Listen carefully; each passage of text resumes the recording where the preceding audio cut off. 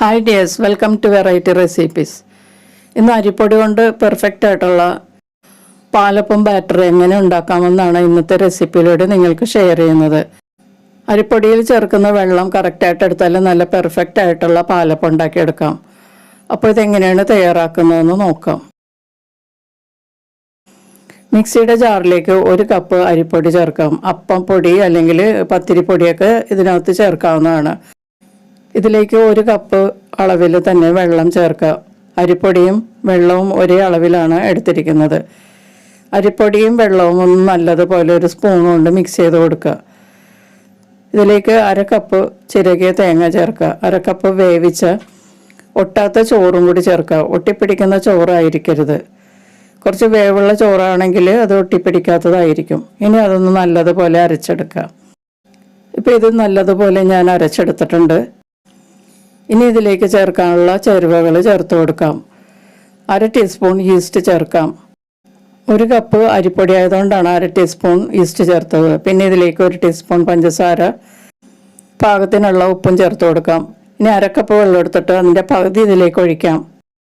ഇനി വീണ്ടും ഒന്ന് നല്ലതുപോലെ ബ്ലെൻഡ് ചെയ്തെടുക്കാം. ഇപ്പോൾ അത് നല്ലതുപോലെ ഞാൻ വീണ്ടും മിക്സ് ചെയ്തെടുത്തിട്ടുണ്ട്. ഇതിനെ ഒരു ബൗളിലേക്ക് ഒഴിച്ചു കൊടുക്കാം.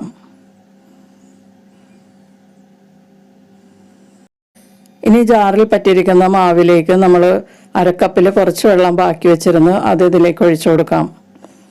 എന്നിട്ട് നല്ലതുപോലെ ഒന്ന് ചുറ്റിച്ച് ഇതിലേക്ക് ചേർക്കാം. അപ്പോൾ മൊത്തത്തിൽ 1/2 കപ്പ് വെള്ളമാണ് ഞാൻ ഇതിലേക്ക് ചേർത്തിട്ടുള്ളത്. തേങ്ങാപ്പാൽ ചേർക്കുന്നവരാണെങ്കിൽ ഇതേ അളവിൽ തേങ്ങാപ്പാൽ ചേർത്താൽ മതിയാകും.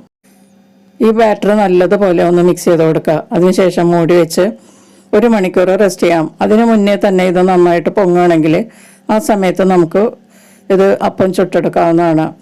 ഇപ്പോൾ ഇത് 50 മിനിറ്റാണ് കഴിഞ്ഞിട്ടുള്ളത്. ഇത് നന്നായിട്ട് പൊങ്ങിയിട്ടുണ്ട്. ചൂട് സമയമൊക്കെ ആണെങ്കിൽ പെട്ടെന്ന് പൊങ്ങിക്കിട്ടും. ചിലപ്പോൾ 40-45 മിനിറ്റ് കൊണ്ട് തന്നെ ഇത് നല്ലതുപോലെ പൊങ്ങിക്കിട്ടും. കണ്ടില്ലേ, അപ്പപ്പൊടി കൊണ്ടുള്ള പാലപ്പം ബാറ്റർ റെഡി ആയിട്ടുണ്ട്.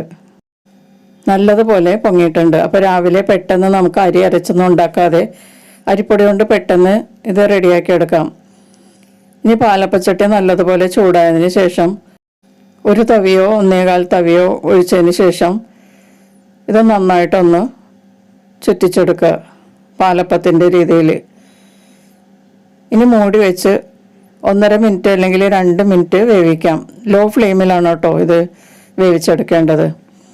1.5 മിനിറ്റ് കഴിയുമ്പോഴേക്കും ഇതേപോലെ ആവും. 2 മിനിറ്റ് 2.5 മിനിറ്റൊക്കെ ആണെങ്കിൽ നന്നായിട്ട് മൊരിഞ്ഞ പാലപ്പം വേണ്ടവർക്ക് അങ്ങനെ ചെയ്യാം.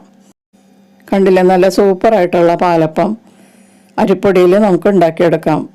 പെർഫെക്റ്റ് ആയിട്ടുള്ള പാലപ്പം ബാറ്റർ ആണെങ്കിൽ നല്ല പെർഫെക്റ്റ് ആയിട്ടുള്ള അപ്പം ഉണ്ടാക്കിയെടുക്കാൻ പറ്റും. അപ്പോൾ എല്ലാവരും ഒന്ന് ട്രൈ ചെയ്ത് നോക്കിയിട്ട് നിങ്ങളുടെ ഫീഡ്ബാക്സൊക്കെ അറിയിക്കുക. വീഡിയോ ഇഷ്ടമായാൽ ഒന്ന് ലൈക്ക് ചെയ്യും, നിങ്ങളുടെ ഫ്രണ്ട്സിനും റിലേറ്റീവ്സിനൊക്കെ ഒന്ന് ഷെയർ ചെയ്ത് കൊടുക്കുകയും ചെയ്യാം.